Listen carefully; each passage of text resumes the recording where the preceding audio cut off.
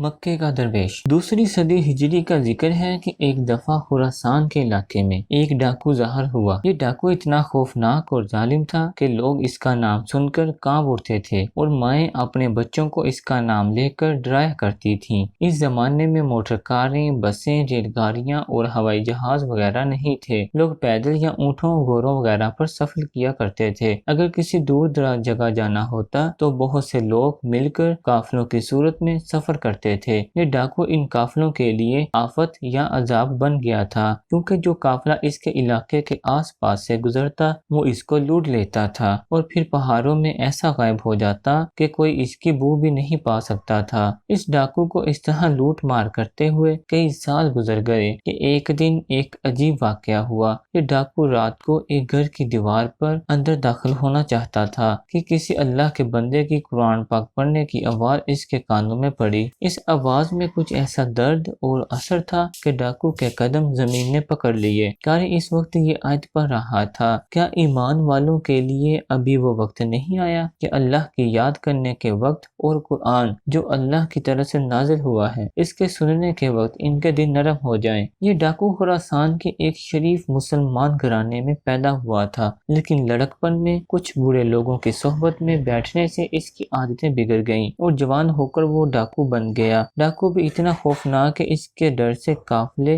خراسان کے قریب سے گزرتے ہوئے کانپتے تھے۔ اب جو کئی سال کے بعد اس نے اللہ کے کسی نیک بندے کی زبان سے قرآن پاک کی یہ آیت سنی تو آنن فانن اس کے دل کی سیاہی دھل گئی اور وہ بے اختیار پکار اٹھا، اے میرے مالک، وہ وقت آ گیا کہ میں گناہوں کے سمندر سے نکل کر تیری رحمت کے سائے میں آ جاؤں۔ اسی وقت وہاں سے پلٹا اور ایک کھنڈر میں جا کر ٹھہر گیا۔ پاس ہی ایک قافلہ پڑاؤ ڈالے پڑا تھا۔ قافلے والے آپس میں مشورہ کر رہے تھے کہ کب کوچ کیا جائے۔ ڈاکو ان کی باتیں سن رہا تھا۔ کچھ لوگوں کی رائے یہ تھی کہ ابھی چل پڑنا چاہیے اور کچھ اس ڈاکو کا نام لے کر کہہ رہے تھے کہ یہ اس کا علاقہ ہے، اسی راستے پر وہ قافلوں پر ڈاکے ڈالتا ہے، بہتر یہ ہے کہ صبح ہونے کا انتظار کیا جائے۔ یہ باتیں سن کر ڈاکو کے دل نے اس سے ملامت کی کہ دیکھو تم کتنے ظالم ہو، کیا اللہ کے بندے تم سے ڈرتے ہیں اور امن سے سفر بھی نہیں کر سکتے، حالانکہ اللہ نے تمہیں لوگوں کو ڈرانے کے لیے پیدا نہیں کیا۔ اب اس نے سچے دل سے توبہ کی کہ آئندہ میں کسی کو نہیں ستاؤں گا اور ہمیشہ گناہوں کے کاموں سے بچنے کی کوشش کروں گا۔ پھر اس نے دعا کی، اے اللہ، میں تیری طرف پلٹتا ہوں اور اس توبہ کے بعد میں اپنی زندگی تیرے پاک گھر میں گزاروں گا۔